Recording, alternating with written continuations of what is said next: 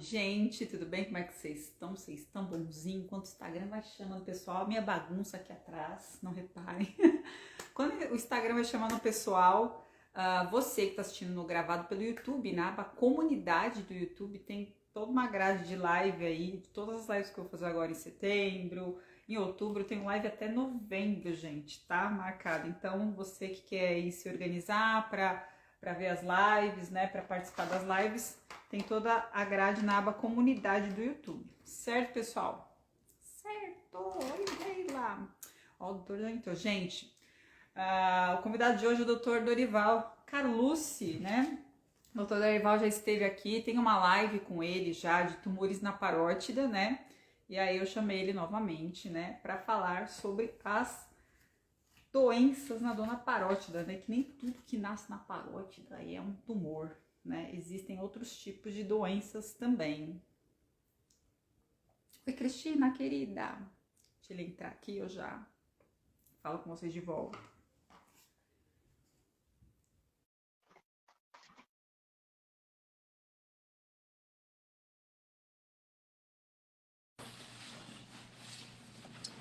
Olá, Vanessa, boa noite. Me Tudo escuta bem? bem? Escuto perfeitamente. O senhor está me escutando Eu também, bem? Tudo tudo certinho? certinho. Achou que não ia mais voltar por aqui, né, Pois doutor? você tinha esquecido de mim. Jamais. Jamais, doutor. Doutor, olha, mais uma vez eu queria demais agradecer. Gente, doutor Dorival, ele sempre é muito generoso comigo. Doutor Dorival, ele trabalha aqui na Santa Casa aqui de São Gostou Paulo, né, doutor? das No clínicas? departamento, no Hospital das Clínicas, no, Todas. no departamento de glândulos salivares, né? Isso, Continua, né, doutor? continuo, estou lá ainda. Tá lá, né? É isso. Vê pouco glândula salivar, né, doutor? É uma vez Pouquinho. por semana, pelo menos. E, doutor, nem só tumor tem ali na glândula salivar, né? Na parótida ou nas glândulas menores também. Existem outros tipos de doenças, né, que também pode ocorrer, né, nas glândulas salivares. Qual que é a mais frequente que o senhor vê aí no Hospital das Clínicas? Na realidade, com a gente ali no Hospital das Clínicas, como é um grupo de cirurgia de cabeça e pescoço, a gente vê mais os tumores mesmo. Mais Então, carocinho. as outras doenças, elas são menos frequentes. Uhum. Porque outras especialidades acabam atendendo essas outras doenças, né? Mas a glândula salivar, ela pode inflamar, então ela pode ficar inflamada por vários motivos. A parótide, em especial, ela inflama, causando uma parotidite, que muita gente chama de cachumba. Tá? Então é bastante comum, bastante frequente a gente vê até no consultório pacientes que foram ao pronto-socorro porque estavam com o rosto inchado, receberam o diagnóstico de que ela teve uma cachumba, que tem que ficar em repouso, tem que tomar remédio e que precisa procurar um outro médico. Né? Uhum. Isso tá correto? Na maioria das vezes, não. Né? Não. A cachumba ela é uma parotidite, ou seja, tudo que termina em ite, né, uma inflamação. Então, ela é uma parotidite, porém ela é causada por um vírus chamado de paramyxovírus, que é um vírus parecido com o vírus da gripe. E ele é autolimitado, ou seja, eu tenho a infecção, o corpo produz anticorpos e eu tenho imunidade a partir daí. Tá? Então, raramente a gente vai se deparar com pacientes tendo cachumba já na fase adulta, porque a cachumba está sendo vacinada na infância. Então, a maioria hoje das parotidites, elas não são mais causadas pelo vírus da cachumba, exceto na população infantil, exceto nas crianças que podem ainda não estar vacinadas. Tá? E aí você vai me perguntar por que tem parotidite? Por uma série de outras coisas. Tem muita doença, né, doutor, que pode dar parotidite, né? Então, a gente pode ter outras infecções na glândula, tanto por vírus como por bactérias, que vão cursar com o aumento da glândula, com sinais inflamatórios. E aí, diferente do tumor, o que eu tenho é um aumento difuso da glândula com dor, por vezes com hiperemia da glândula, por vezes com uma saída de uma secreção esquisita dentro da boca, parece uma areia. E isso também é autolimitado. Isso também dura alguns dias, máximo uma semana. Muitas vezes o paciente se assusta, procura um auxílio médico e aí o colega no pronto-socorro ou um colega vai atender esse paciente e vai entrar com remédio.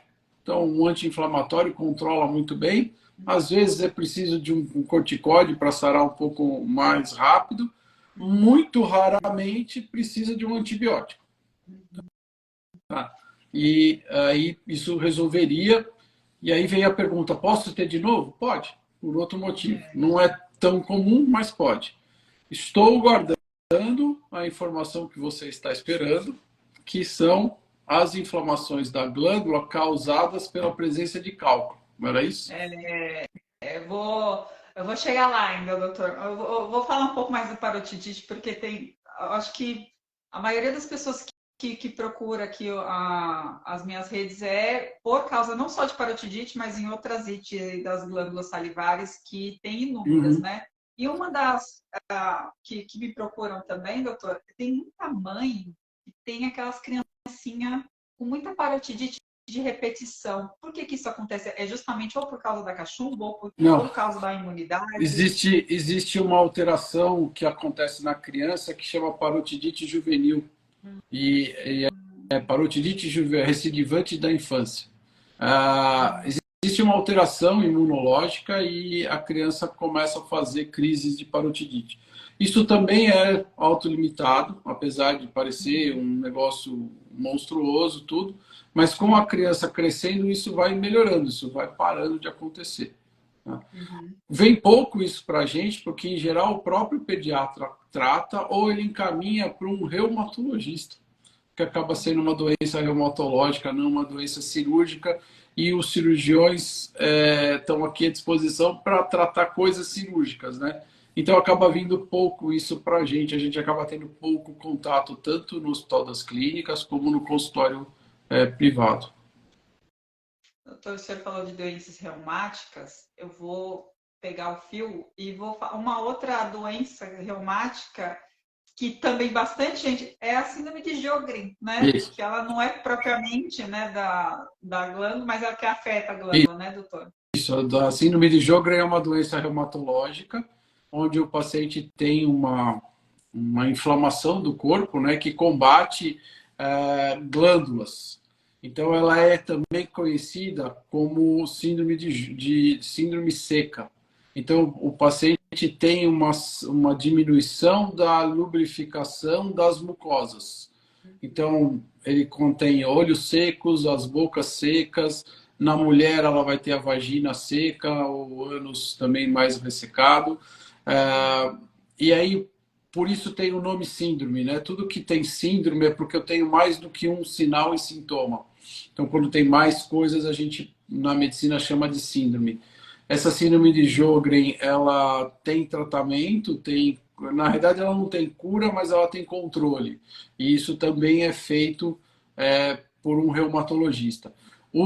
Nós, cirurgiões, acabamos sendo instrumentos para fazer o diagnóstico dessa síndrome de Sjögren, porque muitas vezes nós precisamos de um fragmento de tecido glandular para fazer a biópsia. Para fazer a biópsia e desse fragmento, né, e isso dá o diagnóstico. Existem provas laboratoriais, provas clínicas para dar o diagnóstico, mas na grande maioria das vezes o reumatologista pede para a gente fazer uma biópsia de glândula salivar. E aí essa biópsia não é da parótida, não é. A gente faz um cortezinho aqui no lábio mesmo, pode ser feito com anestesia local. Só não dá para fazer no consultório. Eu não gosto de fazer nenhum procedimento em consultório. Mas é um procedimento relativamente simples, onde a gente faz um corte no lábio, tira um fragmento do lábio bem pequeno que contém as glândulas salivares chamadas de menores. Você falou que tem várias glândulas salivares, né? a gente divide didaticamente em maiores, que são as macroscópicas, e em menores, as que são microscópicas. E essa microscópica, essa menor, a gente tirando um pedacinho no lábio, vai sair algumas glândulas, e isso permite que o patologista feche o diagnóstico da síndrome de Sjögren. O paciente que tem a síndrome de Sjögren, que tem inflamação da parótide, ele tem inflamações constantes da glândula, por vezes ela fica endurecida, dolorosa, incomoda bastante, atrapalha bastante a qualidade de vida. Acontece mais na vida adulta, para adultos perto da idade de 40, 50 anos de idade. Doutor, essas pessoas que têm essa Sjögren, elas têm a probabilidade maior de desenvolver um tumor de parótida? Ou tumor na glândula salivar? Não? Não. Nenhum quadro inflamatório de glândula salivar é predisponente para ter câncer. Pode ficar tranquilo. Então, quem tem quadros de inflamação não quer dizer que vai ter câncer. Tá? Ou que vai ter um tumor, mesmo um tumor benigno. Então, a inflamação da glândula não causa nenhum problema na glândula que vai causar um tumor. Outra coisa também que é um pouco incomum, mas que também algumas pessoas me perguntam, por que a pessoa que ela tem HIV, doutor, ela tem algumas parotidites de repetição? Porque tem algumas pessoas que são portadores que me escrevem falando se tem algum tipo de outro tratamento cirúrgico com a parotidite, porque tem muita repetição nisso. Precisa ver só o que acontece, porque às vezes os pacientes que têm a doença do HIV, eles têm um aumento de linfonodos. Sim. E dentro da parótida a gente tem linfonodos. E é comum você ter um aumento de linfonodos da parótida por conta do HIV. Tá? Às vezes a gente opera esses casos mais por conta estética. Porque fica realmente feio tudo, então aí a gente acaba operando. Mas é benigno, não é um câncer, só fica desconfortável, fica aumentado. Seria pelo linfonodo, não pela carga viral. Exato. Isso. Entendi. Eu vi alguém passou aí, perguntou sobre cialoadenite. Eu vou chegar lá. A gente estava falando das parotidites, né? Então tudo que tem it é inflamação.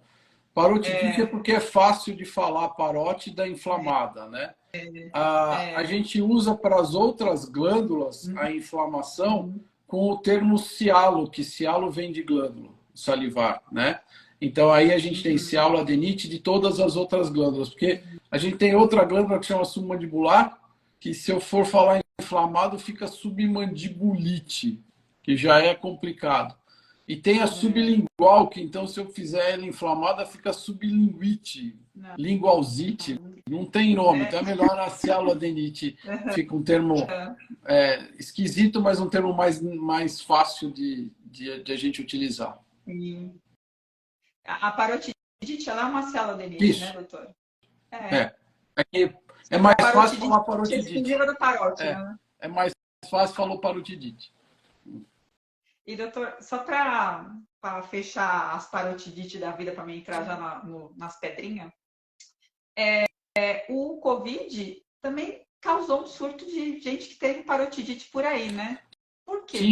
Tem relatos na literatura de que o Covid se alojava nas glândulas salivares. E aí, como ele é parecido com o vírus da cachumba, ele pode dar um quadro de inflamação parecido. A gente não tocou no assunto, mas eu acho que você já tocou no assunto com algum outro cirurgião. Eu vou chegar na iodoterapia também. Tá bom. Muita gente de câncer de tireoide faz a iodoterapia. Então eu vou deixar você me conduzir, você me pergunta. Ai, doutora, olha, doença de glândula salivar é o que mais tem. É que assim, não é uma coisa comum, né? Não é uma coisa comum de se ver, popular, né? Mas assim, quando acontece, meu Deus do céu, é muito específico, né? E a pessoa não sabe para onde procurar. Eu tenho uma playlist lá de tireoide, que inclusive, doutor, se eu quiser voltar para a gente só falar de iodoterapia, eu tenho várias lives de iodo também, porque é bem interessante para o pessoal de tireoide. Por que as pessoas que passam aí por essa iodoterapia, elas podem ter essa parotidite de repetição ou até crônica às vezes? Na verdade, o que acontece é assim, dependendo da quantidade de radiação que você dá para o paciente no pós-operatório do câncer, não? Então, quando eu indico a iodoterapia, eu tenho uma carga de radiação que varia de acordo com a doença do paciente. Ah, o iodo, ele não é absorvido, mas ele passa pela glândula salivar e ele é excretado pela glândula salivar. Então, a glândula salivar não utiliza ele, mas ele acaba sendo depurado do corpo, saindo do corpo pela glândula salivar e pelos rins. Na glândula salivar, como a saliva não flui constantemente o tempo inteiro, esse iodo fica parado temporariamente. E isso, como é radioativo, queima a glândula. E aí essa queimadura na glândula causa fibroses no ducto dela e atrapalha que essa glândula drene adequadamente, né?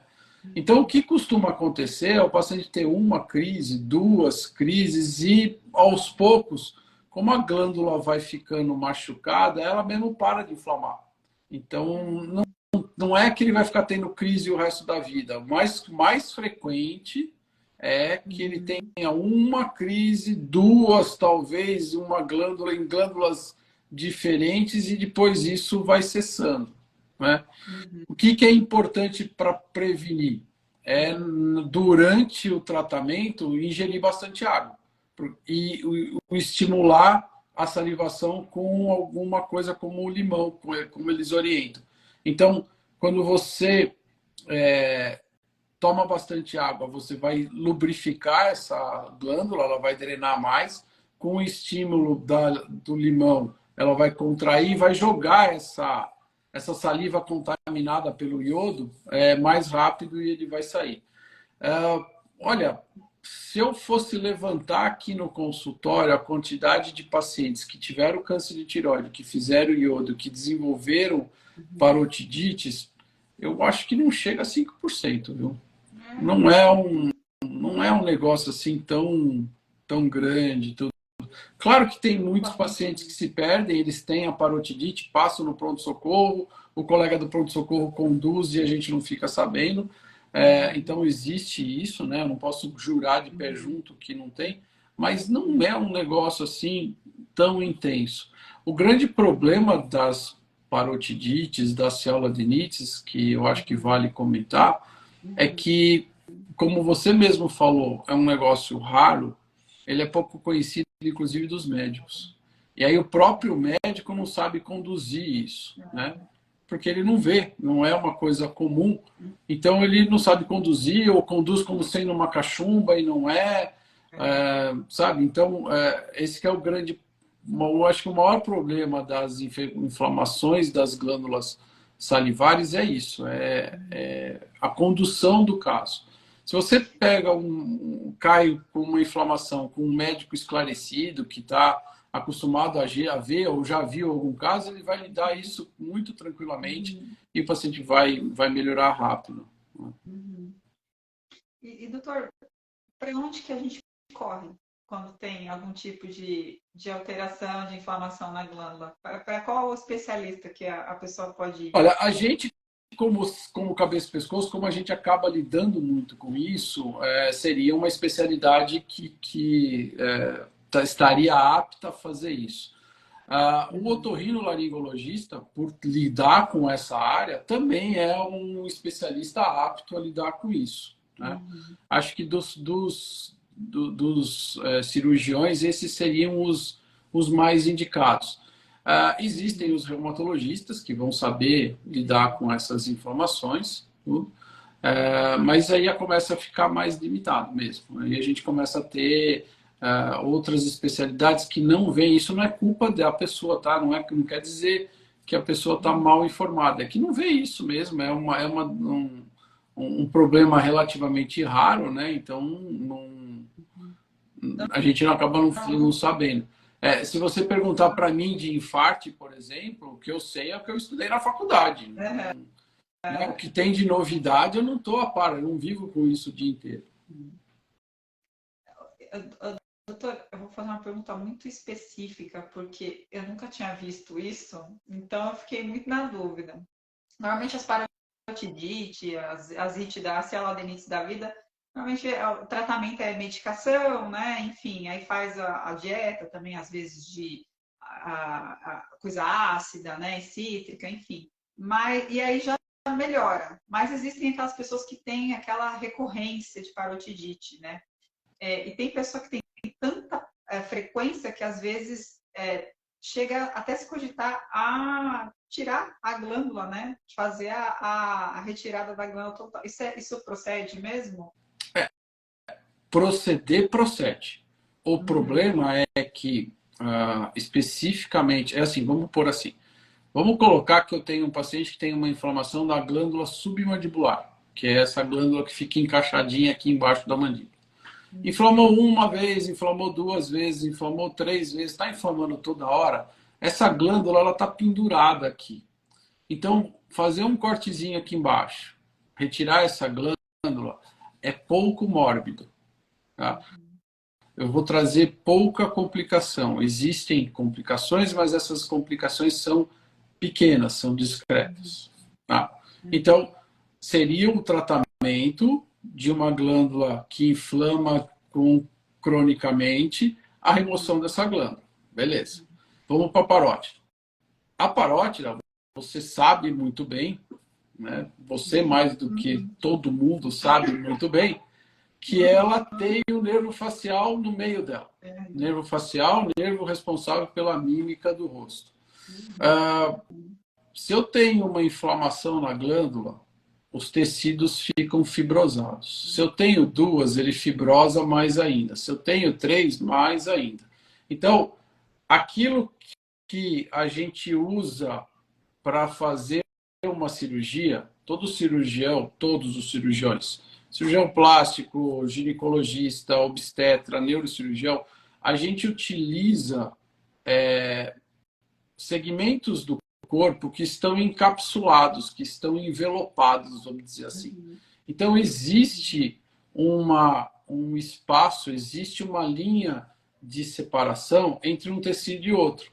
Então, num tumor de parótida, por exemplo, eu tenho o tumor e eu tenho uma separação, se esse tumor não for maligno, invasivo, tudo, eu tenho uma linha de separação entre o tumor e o nervo facial. Então, eu consigo raspar o nervo facial e retirar o tumor. Na inflamação, isso deixa de ser possível. Eu costumo, quando eu falo, às vezes, com um paciente, quando eu dou aula na faculdade, eu falo para os alunos, imagine um caderno, as folhas do caderno. Eu consigo, um caderno virgem que ninguém mexeu, eu consigo separar fazendo assim, folha por folha. Não é isso? Sim. Molhe o caderno. Eu não consigo separar mais uma coisa. É exatamente isso que a gente vai encontrar diante de um processo inflamatório. Eu tenho uma inflamação, essa inflamação é substituída por uma cicatriz, por uma fibrose. Eu tenho outra inflamação, eu tenho outra fibrose. Então, dá para retirar a parótida? Dá. Só que a chance desse paciente ficar com paralisia facial é 100%. Então, eu não sei o que vale, sabe? Eu não sei o que vale.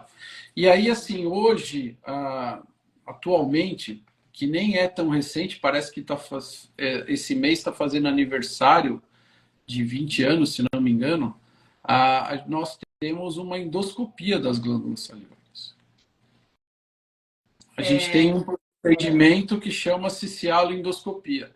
E especificamente para a glândula parótida, que tem essas recidivas, esse procedimento dá para ser utilizado na intenção de minimizar ou de mitigar esses sintomas inflamatórios, fazendo com que eu tenha uma limpeza do ducto glandular que está estenosado. Então, a gente pode usar isso em pacientes que têm parotidite por causa do iodo, ou pacientes que têm uma cialodenite crônica por alguma estenose da glândula. Então, o que o cialoendoscópio vai fazer? Ele vai entrar dentro da glândula, caminhar por dentro do ducto e tentar localizar o que está acontecendo.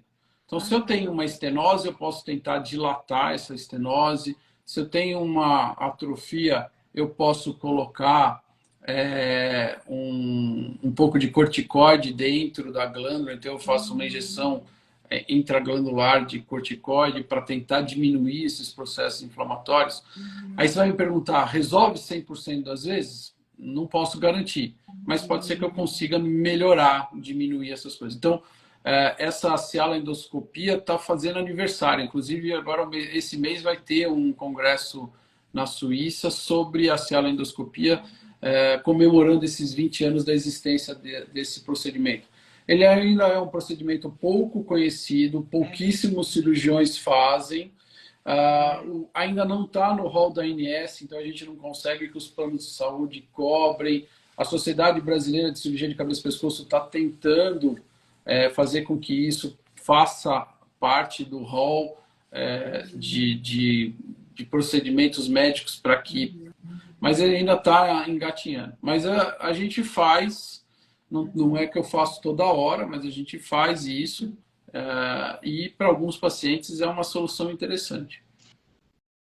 Então, nossa, eu ouvia muita celodoscopia para as pedrinhas, né? Então, para quem tem muita parotidite de repetição, pode ser que ajude também, doutor? Em alguns casos, Nossa. pode ajudar.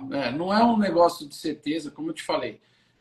Nós mesmos estamos aprendendo a utilizar isso daí, né? A indicar na melhor forma, a indicar no melhor momento.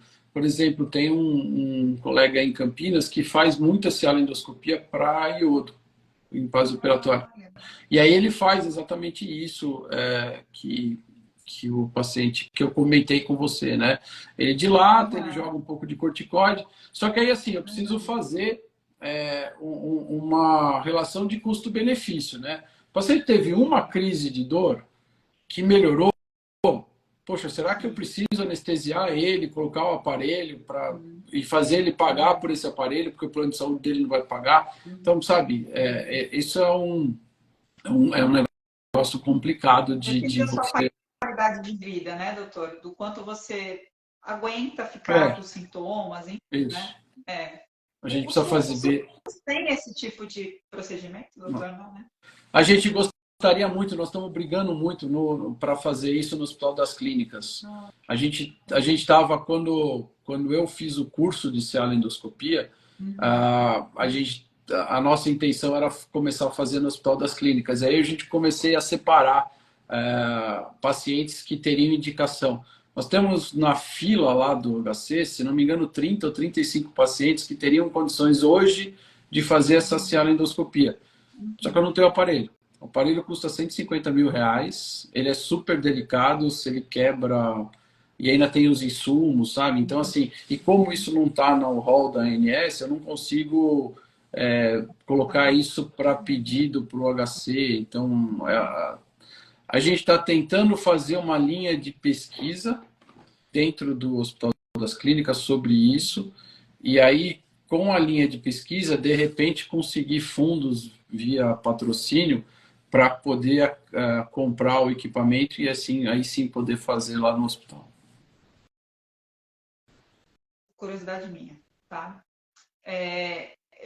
Esses dias uma pessoa que tinha muita parotidite de repetição, doutora, ela falou que ela fez um procedimento de escleroterapia. Achei esquisito, porque eu só vi esclero na parte vascular. Mas, enfim, ela falou, eu fiz porque eu tinha muita parotidite. Foi esclero ou foi botox?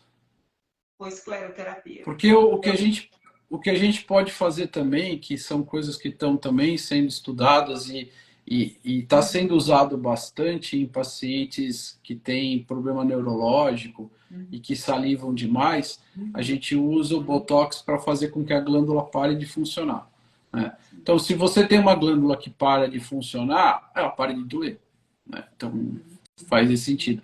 A escleroterapia, que seria, eu não sei, acho que queimar a glândula, eu acho meio... Eu tenho medo. Então, ela falou que ela passou. Eu pedi para ela explicar justamente para. Eu achei que era botox também. Não, ela fez escleroterapia. Ela falou que ela saiu de lá com o rosto bem inchado, só que depois foi diminuindo. Aí eu fiquei meio intrigada, né? Até Sempre, falei, nossa, eu vou até perguntar. nunca vi isso. Eu também não. Também nunca vi. E assim, precisaria estudar. Toda hora sai alguma coisa nova, né? A gente não consegue acompanhar as novidades médicas, né? A não ser que ela propague de uma forma intensa, né? Ou que mude muito o nosso dia a dia. De novo, como nós temos poucos casos, né? Como a gente tem poucos pacientes, todo mundo tem pouca experiência nisso, né? Eu tenho um certo receio com algumas coisas. Tem muita gente fazendo coisas estéticas que são bastante corajososos, sabe? Também Então, acho. Também acho. é, Tirar a bochecha. é. Sei lá, e Eu fica tenho bonito, uma né? paciente aqui no consultório que fez essa cirurgia de tirar a bochecha, de tirar a gordura de bichar, né, a famosa bichectomia, e perfurou aqui, ficou com um furo aqui. Infectou, deu uma catástrofe, uma coisa. Então, assim, tem catástrofes, né? Quando a gente fala em medicina, tem coisas catastróficas de todos os lados, né? Então, por isso que a gente tem que tomar cuidado. Qual que é o risco, qual que é o benefício? Qual que são as vantagens, quais são as desvantagens, né? Acho que eu conhecendo pouco você, não conheço tanto assim, mas eu conheço um pouco da sua história, tudo. Eu sei o quanto que você passou até chegar nos tratamentos e as catástrofes que aconteceram, né? E isso faz parte do jogo. A gente tem que contar para o paciente que pode acontecer, ele tem que aceitar se faz ou não faz, né? Tem que colocar tudo na balança, É. né, doutor? Os prós, os contras, né? Falar a verdade, né? Muita gente vai falar assim, nossa, Vanessa, eu fui na consulta do pré-operatório, eu fiquei muito chocada porque ele falou que eu podia ficar com paralisia, não sei o que. Eu falei, calma, gente, que eles precisam falar o que você pode É porque ficar, né? pode, Porque né? depois... porque pode, né? Vai que você acorda lá, tá daquele É. jeito, e você fala, pô, o que aconteceu aqui, né? Então, Eu precisa, né? acho que uma coisa é engraçado, porque assim, a gente sempre acha que as coisas nunca podem acontecer, né? Mas eu sempre faço uma comparação com os pacientes que, assim, quando você atravessa a rua, você pode ser atropelado? Pode. Ah, mas eu atravesso na faixa. Mas também pode, É. né? Então, assim, em medicina é muito parecido, né? Então, você fala assim, eu vou operar a parótida e eu posso ficar com paralisia facial? Pode. Eu vou ficar? Eu vou tentar não fazer, né? A nossa obrigação é fazer de tudo para que não fique, né? Essa é a nossa... Esse é o foco, né? Nenhum médico quer machucar o paciente, pelo contrário. O nosso foco é o bem-estar do paciente. E aí, por isso que os médicos que falam que pode, é porque eles estão preparados para não acontecer. Se alguém for no médico e falar, não vai acontecer nada, fica com medo, porque está muito cheio de si. Né? Da probabilidade, né? Eu sempre falo para eles que a medicina não é matemática, né? Matemática é exata, É. medicina não, né? São possibilidades, né? Infinitas, né? E eu costumo dar esse exemplo falando que em medicina 2 mais 2 nunca é 4. Pode ser qualquer número, mas 4 não é. É verdade. É. Doutor, eu vou entrar já na célula-adenite. É a mesma coisa do que célula de Tis? Eu, lá 50 anos atrás, quando eu fui fazer um vídeo sobre isso, eu vi muito 50 anos atrás? Você site. não tem 30? Há uns tempos atrás aí, doutor. Eu fui fazer um vídeo disso e eu fui pegar material, eu vi muito profissional, até de saúde, falando que ambos eram a mesma coisa. Só que não é, né, Não. doutor? É assim, ó. Vamos tentar. A glândula, a saliva da gente, ela tem sais minerais, tá? Ela tem minerais. E se a saliva ficar parada, esses sais minerais podem precipitar e formar uma pedrinha. Então, basicamente é isso que acontece. Então, é igual um copo de água que eu começo a colocar açúcar. A hora que ultrapassa a solubilidade desse açúcar, ele deposita no fundo. Se você não ficar lá misturando, ele vai endurecer, certo? Então é exatamente isso que acontece. Se eu tenho a saliva parada, eu vou ter a formação de cálculos. Então, litíase é o nome médico para cálculo. Então, em vez de médico falar que tem pedrinha, ele fala que tem litíase.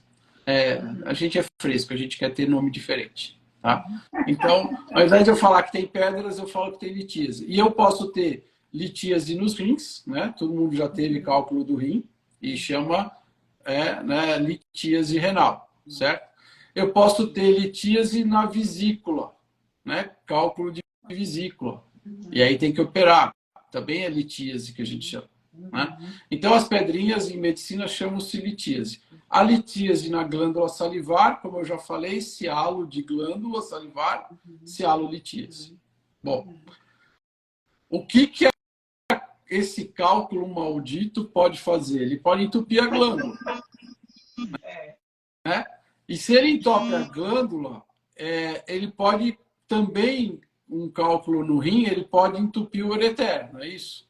Então, se eu tenho um ureter entupido lá no rim, eu vou ter uma cólica, o corpo vai ter uma cólica grande para tentar fazer pressão para empurrar esse cálculo para frente. Na glândula salivar, se eu tenho o cálculo parado, eu não tenho tanta força assim para fazer tanta cólica. Eu vou ter a dor, né? Só que a saliva vai ficar parada. E a saliva tem enzimas. Uma das enzimas principais é a amilase, que é uma enzima que destrói carboidrato. Por isso que a gente, quando chupa bala, a bala derrete. É por causa dessa enzima. Né? Essa enzima parada dentro da glândula inflama a glândula. E aí eu tenho uma cialadenite. Tá? Então, as duas coisas não são iguais. Uma é consequência da outra. Né? Então, a presença da cialadenite, da cialolitíase, pode desencadear uma cialadenite. Não é obrigatório que desencadeie. Não é uma condição, vai desencadear. Não é isso. Tá? Muitas vezes o cálculo sai sozinho, sem nunca o paciente ter sentido dor. Né? Mas... Qual que é o sintoma dessa pedrinha? Se a pessoa está com... Ela consegue sentir a pedrinha na glândula? O sintoma da pedrinha, na maioria das vezes, começa com uma dor na parótida. Então, eu posso ter uma parotidite, uma cialadenite da submandibular, porque o cálculo obstruiu e a glândula fica inchadona. Tá? Aí, como que eu vou fazer o diagnóstico? Em geral, o ducto da parótida ele é comprido, ele tem 7 centímetros, ele vem desde aqui até a altura do segundo molar dentro da boca. Então, ele desemboca dentro da bochecha. E o da glândula submandibular, ele sai do lado do freio lingual. Então, o que acontece às vezes é que essa pedra para ali na ponta, porque a saída do ducto é mais fechadinha, e aí a pessoa sente um carocinho ali. Isso ela pode sentir. Então, passando a língua ou embaixo da boca, ela sente uma pedrinha. Às vezes ela sente sair uma areia, que seria essa pedrinha esfarelada. Então, às vezes isso acontece também. Mas fazer o diagnóstico, o próprio paciente da pedrinha, só se ela estiver muito na ponta, assim, isso é mais difícil. O médico que vai com o dedo palpar dentro da boca para sentir ou para ver o cálculo. Né? E aí, o que vai fechar o diagnóstico é algum exame de imagem que me mostre esse cálculo. Né? Então, eu posso ter... Não é qualquer um exame. Às vezes, no raio-x simples da cara, ou como o cálculo é calcificado, ele pode aparecer. Às vezes, um ultrassom bem cuidadoso também consegue ver o cálculo e principalmente a dilatação do ducto. O exame que com certeza vai mostrar o cálculo é uma tomografia. Esse é o melhor exame. Existe um exame que chama-se estudo contrastado das glândulas salivares. E aí a gente chama de grafia das glândulas ou cialografia. Então, que exame que é esse? Eu tenho que cateterizar a saída do ducto. Então, é difícil, porque o médico tem que, com um cateterzinho fino, entrar dentro do ducto, a gente injeta contraste e bate raio-x. Aí eu vou ver como que a glândula está por dentro, né? E se tiver o cálculo, vai aparecer uma imagem de subtração. Não aparece o contraste ali, fica parecendo como tendo uma mordida ali no lugar. A ressonância magnética hoje consegue, através de um protocolo específico, fazer um negócio que chama-se cialo-ressonância. Então, ela usa a própria saliva como uma forma de contraste, e aí sim a gente consegue ver o cálculo. Então, a ressonância sozinha não vai conseguir ver cálculo direito, mas se usar essa cialo-ressonância, aí ela funciona. Esses dois exames pelo SUS tem, Tem. doutor? Isso tem tudo no SUS. A cialografia, a cialorressonância, existe cialotomografia, mas a cialotomografia tem que injetar contraste na glândula, tudo. Então, isso tem no SUS, isso a gente faz. Inclusive a cialografia, ela, em algumas situações, ela ajuda a fazer o diagnóstico do Sjögren. Tem uma característica específica da glândula que fica toda saculada a glândula. Ela fica toda cheia de bolinhas. Ao invés de formar uma rede, ela fica toda cheia de bolinhas. Que legal. Pra, A Sjögren pode, Olha que pode interessante. falar. Para as pessoas que estão entendendo, imaginar como que a gente vê a glândula contrastada com esse contraste. É muito parecido com as árvores do Parque do Ibirapuera na época do Natal. Eles não acendem o tronco e os galhos, não fica tudo. Quando a gente injeta o contraste, a imagem que eu tenho é isso, de um tronco com os galhos. É muito parecido, tá? Então, fica um negócio parecido com esse. Tipo vasinho, né, doutor? Quando você vai fazer a aplicação do vasinho, você aplica e preenche. Isso mesmo. Mais mulheres vão entender o que nós estamos falando. Doutor, qual que é o tratamento da celulitíase? Tem que ser a cirurgia ou não precisa de cirurgia? Pode ser outras coisas? O tratamento é tirar o cálculo. Uhum. Tá? Como que a gente pode tirar o cálculo? Ele pode sair sozinho. Às vezes ele pode estar tão perto aqui da saída que no consultório mesmo, com um cortezinho em cima da mucosa, ele sai. Tá? Eu posso fazer a cialoendoscopia.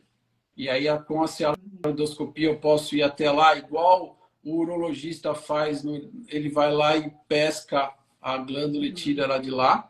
A gente pode tentar quebrar o cálculo pela cialoendoscopia usando ou laser, fragmentando o cálculo, ou quebrando ela, né, martelando ela. O perigoso de quebrar o cálculo é que forma um monte de pedrinhas e às vezes você não consegue limpar todas elas, e aí piora a história, porque aí o paciente começa a ter um monte de inflamação por conta das pedrinhas pequenas. Tá?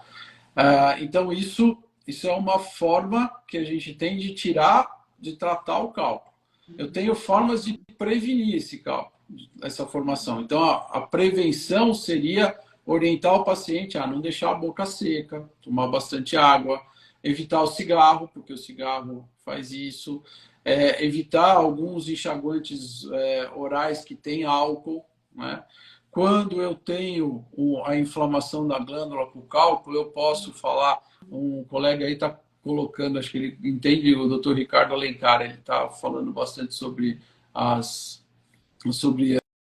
glândula salivar, e uma das coisas que a gente pode fazer é ordenhar, né?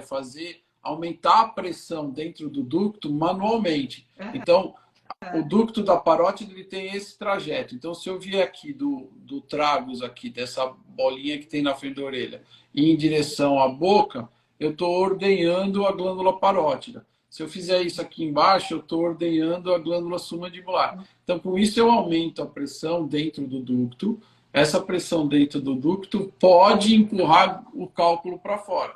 Então, o que eu quero? Tirar o cálculo dali. Tá? Então, eu tenho algumas manobras que a gente às vezes faz para fazer com que esse cálculo venha ou para perto do ducto, para eu poder fazer um cortezinho e tirar, né? Ou para que ele saia sozinho. Tá?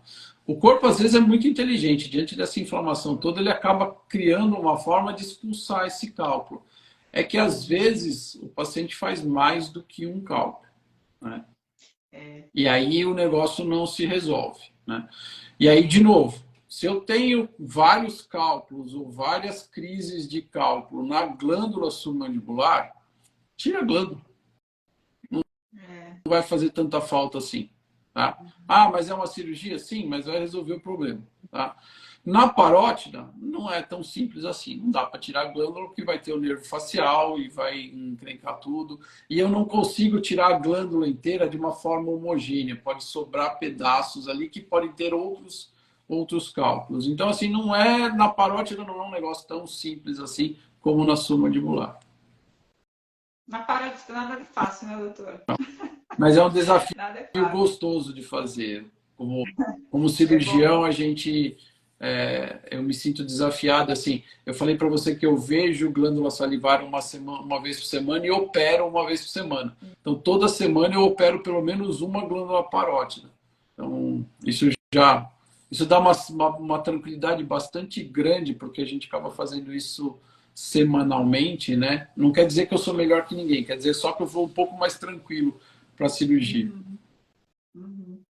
E às vezes tem pessoas que fazem a estimulação da saliva também, né, doutor? Comendo limão, né? Alimento ácido mas é ruim, né, doutor? Então, isso é controverso. É. Tá? Se você procurar no tratamento dessas inflamações, Hum, existe um negócio que chama uso do cialogogo. Cialogogo é um estimulador de saliva. E o que é o cialogogo? tá. O que você falou? Né? Limão, essas coisas Uhum. vão fazer. Por que isso acontece? A saliva, ela é uma tentativa de neutralizar a acidez da boca. Então, ela está ali para neutralizar a acidez. Então, quando eu como um pedaço de abacaxi azedo, o que acontece? Dói aqui, né? É. Por que dói? Porque a glândula, percebendo essa acidez na boca, ela se contrai para jogar mais saliva em maior quantidade dentro da boca para neutralizar isso, né? Uhum. Então, pensando nessa situação, se eu chupar um limão, eu vou ter uma contração dessa glândula e isso pode aumentar a pressão dentro do ducto e empurrar esse cálculo para frente. Só que, como diria os velhos conhecidos, isso é uma faca de dois legumes, não é isso? Uhum. Porque ao mesmo tempo que eu posso fazer com que o cálculo eu empurra para frente, eu posso ter mais dor. Uhum. E aí o paciente vai É. ficar mais bravo ainda, porque vai piorar a dor. Então eu não gosto muito de estimular essa dor aí toda. Eu prefiro fazer o contrário, deixar repousar, fazer o paciente melhorar esse processo inflamatório, e aí depois a gente pensa em descobrir qual foi a causa. Então, na fase aguda, de uma inflamação, de uma ite, de uma parotidite, de uma celodenite, o que eu costumo fazer? Vamos esfriar essa inflamação. Vamos dar anti-inflamatório, vamos dar corticoide, vamos fazer calor local, vamos deixar o paciente acalmar tudo isso, muda a dieta, tira a dieta que estimula a salivação, tudo, deixa isso tudo acalmar. Acalmou? Então tá bom. Agora vamos fazer exame de imagem para a gente tentar diagnosticar por que essa glândula inflamou. Ela inflamou porque tinha cálculo, ela inflamou porque tinha Sjögren, ela inflamou. Eu tenho uma paciente que está para ser operada, de submandibular, que ela tem uma estenose. O que é uma estenose, doutor? É um estreitamento do ducto. Tá? Então, um bom exemplo é o que está acontecendo em São Paulo, que a maioria de São Paulo está tendo reforma nas ruas, então a gente tem uma estenose das ruas. Né? Então, aquela rua que tinha 4 faixas está só com uma. Tem É isso duas. que acontece no ducto. Né? Eu tenho um estreitamento do ducto. Então, essa paciente, eu conversei com ela exatamente isso. Eu poderia fazer uma cialoendoscopia nela e tentar dilatar esse cálculo. Só que eu expus isso para ela. Eu falei, olha, no teu convênio não vai pagar o material, eu não consigo te dar certeza que eu vou resolver teu problema, tá? E pode ser que você venha precisar operar de qualquer jeito. Ela falou, então, já que é na submandibular, vamos tirar. Né? Então, ela optou por isso, sabendo todas essas necessidades, né? Todas essas alternativas que a gente tem. Doutor, quando a pessoa ela tem vários cálculos, então já é cogitado a tratamento ser cirúrgico, né? Nem cogitado ter esses outros tipos de tratamento. Então, quando tem mais do que um cálculo, cálculos mais É, profundos, a gente tem a cialoendoscopia como uma boa alternativa. Eu posso conseguir lavar. Porque para fazer a cialoendoscopia, eu tenho que dilatar o ducto de saída. Então, só por isso eu já melhoro a drenagem da saliva. Quando eu entro com o aparelho e tiro um cálculo grande, os outros cálculos vão ficar mais fáceis de sair. E a gente, estando lá dentro, a gente consegue lavar essa glândula. Então, assim, isso quer dizer que eu vou tirar todos os cálculos? Espero que sim, mas eu não posso prometer. Mas se eu conseguir salvar a glândula fazendo isso, essa é a melhor coisa. E eu posso, inclusive, repetir o procedimento, fazer isso outras vezes. Não é um procedimento único que eu vou fazer uma vez só. A gente se depara de novo com o problema financeiro. Então, é um procedimento que não vai ser coberto pelo plano de saúde, tem uma briga gigantesca para conseguir que o convênio pague esse equipamento. Então, nós vamos ter esse problema, né? Mas seria uma alternativa para retirar.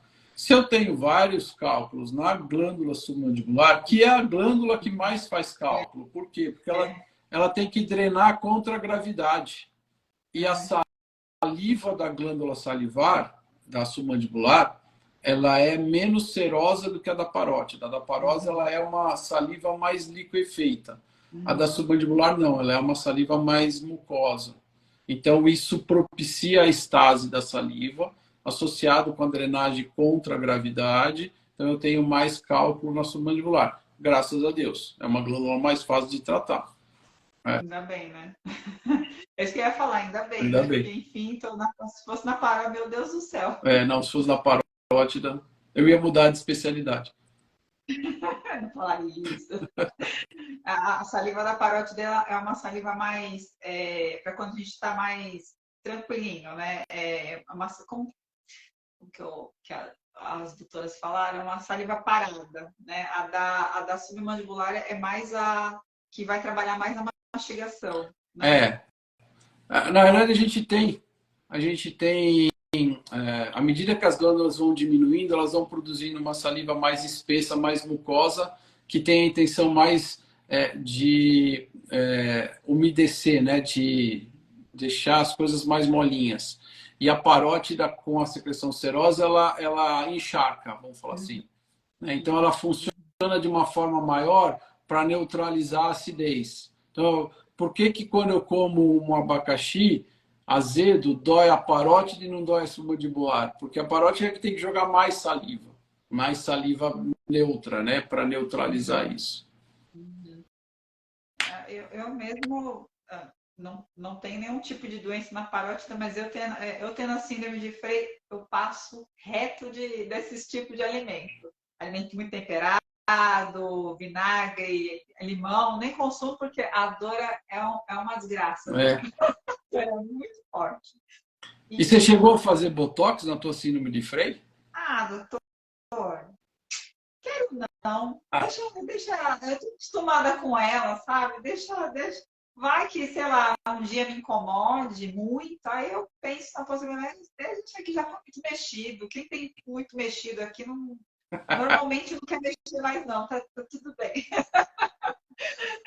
Mas quem sabe um dia, né? Eu tome coragem aí, se me incomodar bastante, que a minha é bem acentuada, né? é. Mas eu estou muito acostumada com ela, mas mesmo Você assim. chega, Ai, você usa o antitranspirante? então, eu já usei por muito tempo, né? Mas aí quando ela começa a pingar, aí eu deixo. Aí eu um guardanapo com a boca, um pouco pra tudo bem. Um pra cá, tudo bem. Aí eu vou comendo, assim, gente, eu fico olhando, falo, gente, isso... E fica vermelho, né? Esquenta ali, aí a pessoa, nossa, essa menina tá passando mal literalmente. É. Mas eu já estou muito acostumada. Agora, se fosse uma coisa que me incomode, assim como tem algumas pessoas que incomodam mesmo, aí eu falo, não, vai procurar, porque tem, acho que, botox, dá para estagnar pelo menos por E uns olha, meses, aí para olha que melhorar. interessante, né? Você está falando da síndrome de Frey, acho que a maioria das pessoas que te assistem conhecem isso, sabem o que é isso, mas como eu te falei, a gente faz pelo menos 3 cirurgias de parótida por semana lá no Hospital das Clínicas. De 3 a 4 e tal. É raro ter casos. Quando a gente tem, é bem discreto, uma hiperemia bem pequena, sabe?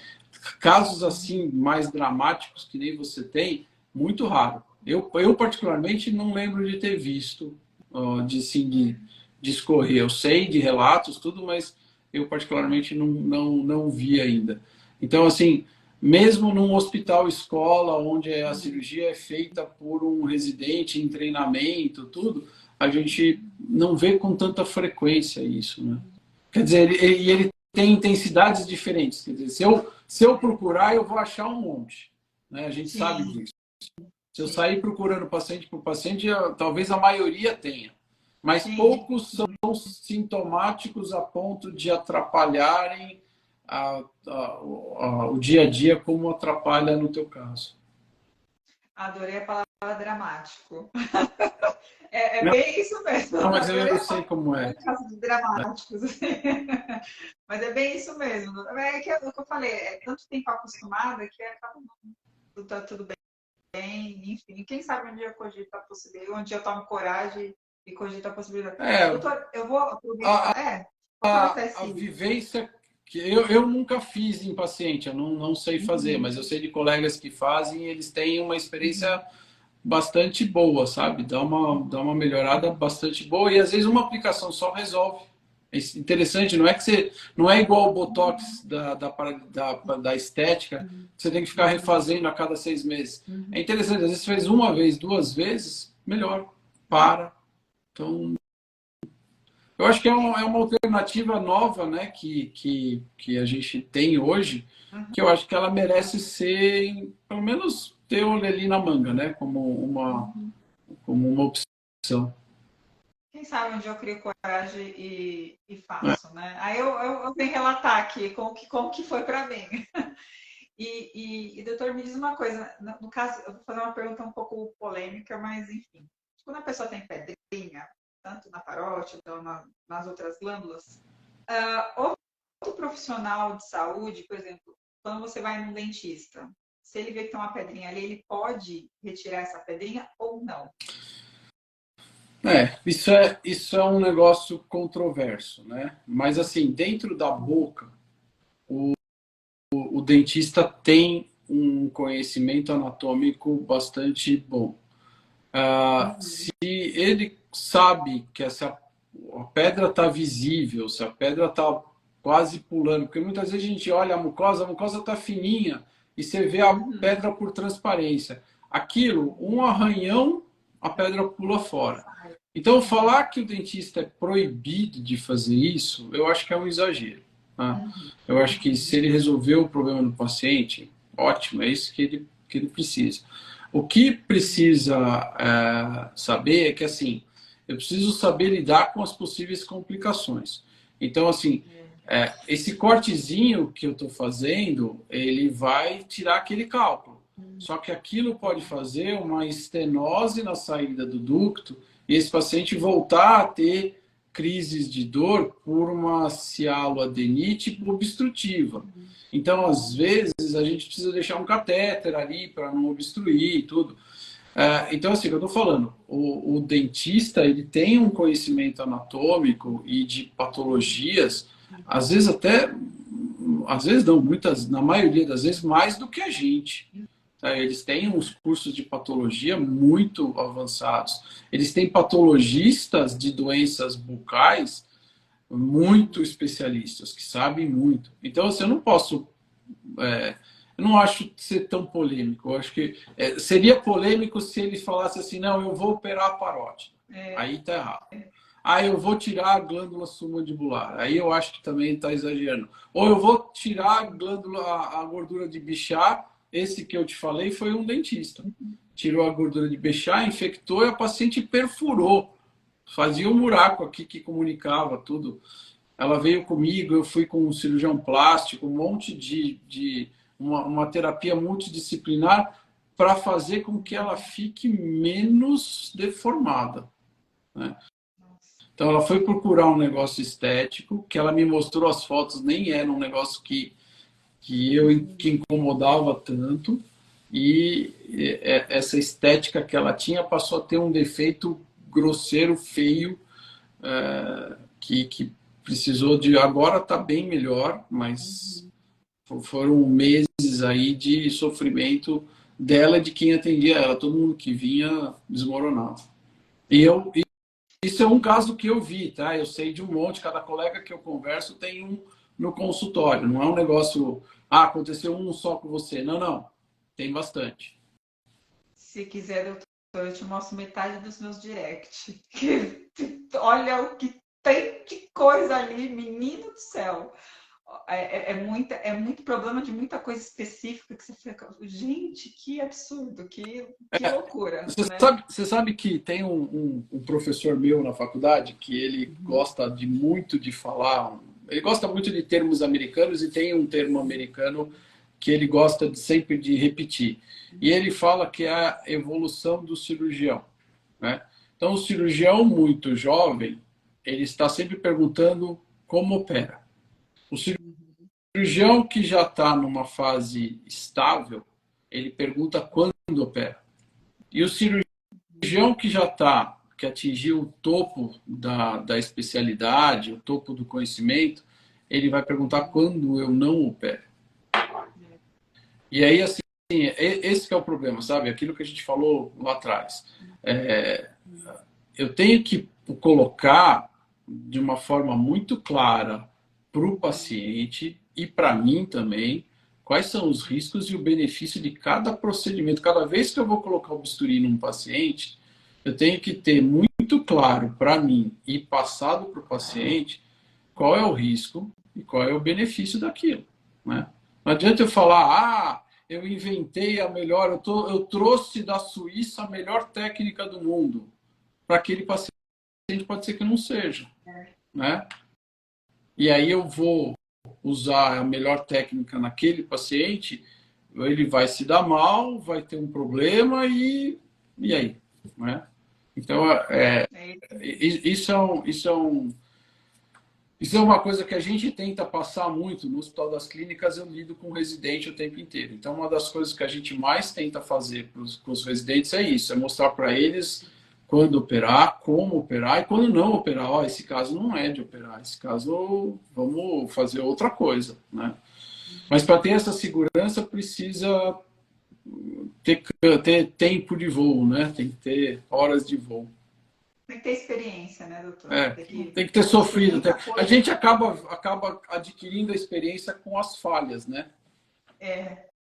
Infelizmente. Infelizmente, né?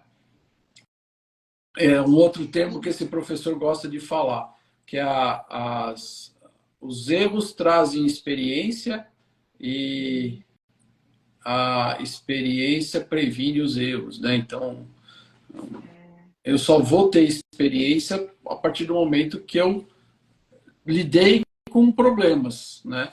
Se eu nunca tive nenhum problema, eu não vou ter experiência.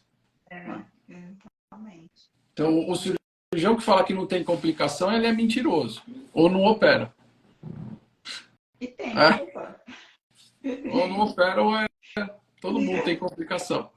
E de novo que eu falei para você, a complicação eu preciso saber tratar. Então, voltando para aquela parte lá do dentista, ele pode fazer.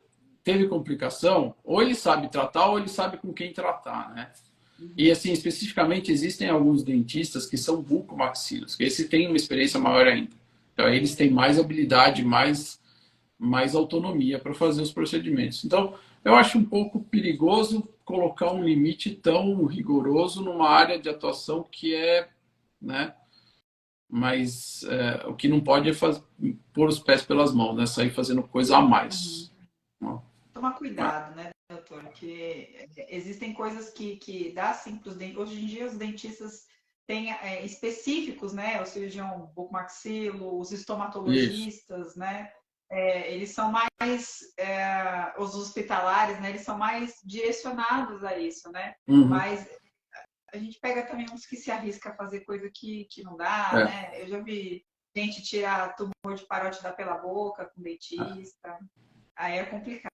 Isso a gente vê bastante. Acaba chegando para nós lá no HC, né?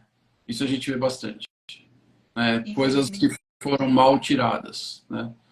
Dentista, infelizmente, às vezes tem cirurgião plástico que acha que a bolinha que está aqui é um cisto sebáceo, e aí ele vai no consultório tirar aquela bolinha e aí arrebenta o tumor, o tumor recidiva, causa dano no nervo. o dermatologista que acha que É, não. é porque às vezes um tumor de parótida, esse tumor, o adenoma pleomórfico, que é o tumor mais frequente, ele é durinho e dependendo do tamanho, ele dá a sensação pra gente que é um cisto sebáceo, né? Porque ele está logo embaixo da pele e tudo, então dá aquela sensação de que eu vou abrir a pele e ele vai pular para fora, né? É uma sensação e a gente fala isso para os alunos de medicina, assim, olha, de cabeça e pescoço, o que vocês mais precisam aprender na região da parótida, não coloca a mão com anestesia local, porque vai dar encrenca. Tem que saber que tem o nervo facial embaixo. Ai, doutora, eu queria fazer um monte mais perguntas, mas eu não tenho mais tempo. Não. Eu queria falar do cisto, queria falar dos linfoma, eu queria falar das mucosele da vida, Nossa. né? Porque então, olha, doença, é o que eu falei, doença é o que falta. Aquelas raras, né, que o pessoal vem tudo pra É, cá. Aí se encontra todo mundo, se encontra todos aqui. você tem Tem, um rol você pode espalhar essas dúvidas para nós, né? Não necessariamente para mim, mas eu sei que tem outros cirurgiões que já conversaram com você, cirurgiões grandes amigos que têm experiências tão grandes quanto, às vezes até mais, né? Então, eu tenho certeza que todos nós estamos à tua disposição aí para te ajudar os teus seguidores. não, eu sou muito grata, doutor, porque cada live que vocês fazem, lógico que o motivo principal é direcionar o pessoal para aquelas coisas raras, né, e difíceis, que realmente a pessoa muitas vezes perde qualidade de vida, vai em vários profissionais até realmente achar um tratamento coerente, que ela consiga realmente voltar a ter qualidade de vida, né? O quanto é difícil, né? Então, Eu acho o que mais que ninguém fez, me, né? me Como chama que é muito a isso? atenção a postagem, eu estava lendo a postagem que você fez explicando a tua história e que você tinha alguma coisa, que você passava num monte de médico, que o médico falava que não era nada, tal. Então, assim, infelizmente, a gente tem médicos que subestimam os problemas, né? E não sabem, às vezes, falar, eu não sei, procura um outro colega, né? A gente precisa ter humildade para chegar e falar assim, olha, Vanessa, não sei o que você tem, volta semana que vem que eu vou estudar, ou volta eu vou perguntar para outra pessoa, ou procura fulano de tal, que essa pessoa talvez saiba te ajudar, né? E não é isso que eu acho que a tranquilidade que a gente precisa passar para as pessoas é conhecimento, é esclarecimento. Então, se eu ficar colocando minhoca na cabeça das pessoas, só vai piorar. Às vezes eu tenho até medo de ficar falando dessas doenças raras, porque vai ajudar uma ou duas pessoas que raramente têm a doença e vai deixar umas 15 mil louquinha, Não, achando que tem aquilo não, tudo. a não ser que a pessoa é hipocondríaca, Mas tem, aí né? tudo bem. Mas assim, o pessoal, como eles já estão muito acostumados, eles sabem, gente, metade das coisas aqui não, né? É uma coisa, normalmente é muito. Eu sempre trago eles para a realidade, sempre às vezes tranquilo, vai ter uma coisinha ou outra ali, mas pode ter, né, como qualquer coisa, mas não é, o pessoal não fica muito. Eu tento sempre trazer muita delicadeza, justamente o pessoal não ficar muito, falar, nossa, meu Porque Deus, isso se aqui. você fica colocando minhoca na cabeça, o negócio só piora, né? Ah, não Ah, dá, não dá. Aí você pira é. totalmente. Aí não dá.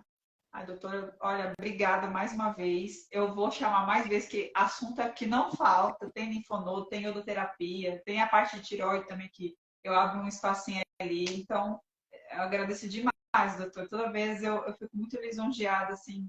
Eu aprendo demais com vocês. Eu acho que é por isso que eu consigo até falar, olha, vai no profissional tal, ou vai, né? Eu consigo direcionar as pessoas que chegam até mim perdidos de alguma forma, porque vocês me trazem muito conhecimento. Então, eu consigo falar, olha, vá nesse especialista, faz isso aqui, né? Lógico, sempre com muita delicadeza e sempre no meu limite, né, do que eu posso, né? Uhum. Porque eu também, né, tem gente que me manda laudo de exame falando, Tem não, gente que acha que tem que ir você é médica, no né? médico. É. É exatamente. Eu falei, não, isso tem que ir no médico, pelo amor de Deus, né?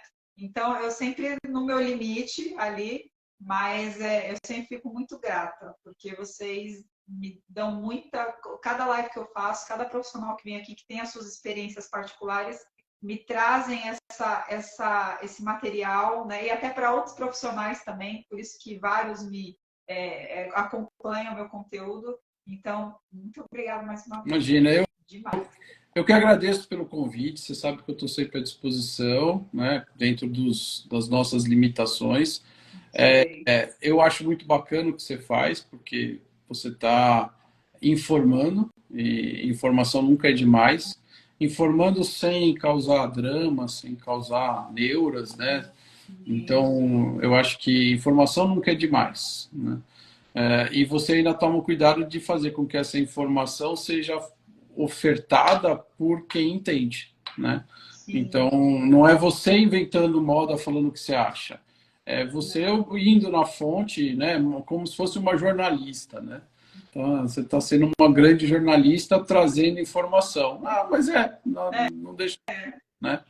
Então, O doutor Elian, ele fala para mim que eu sou uma utilidade pública. Eu querendo ou não, hoje em dia eu sou uma espécie de é, utilidade pública, mas é isso mesmo. porque são coisas muito específicas que, como não é popular, e aí a pessoa, quando tem, ela não sabe aonde achar. E aí ela vem aqui, ela consegue, nossa, isso aqui, ela consegue achar outras pessoas que também Achar têm o a mesma coisa que ela. caminho, né? Achar como procurar, tranquilizar, ver que o negócio não é assim também, né? Sim, sim. É isso mesmo. Então, eu só tenho a te parabenizar, parabéns, e obrigado mais uma vez pelo convite. Vou chamar mais vezes. Vou incomodar Você mais vezes. Eu já tem tenho o meu, WhatsApp do você senhor. tem meu WhatsApp, pode É. dar um zoe lá. Né? Obrigada, viu, Se doutor? eu, se eu não quisesse ser incomodado, você não teria meu WhatsApp, mas Ah, fica. então eu me sinto mais uma vez, me sinto extremamente Ah, lisonjeada. Então pode deixar que eu incomodar mais vezes. pode Pode incomodar, deixar que eu...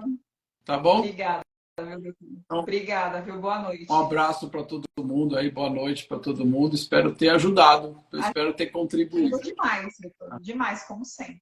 Obrigada. Então tá, tchau. Tchau, gente. Vamos dar tchau pro doutor para ele descansar, né?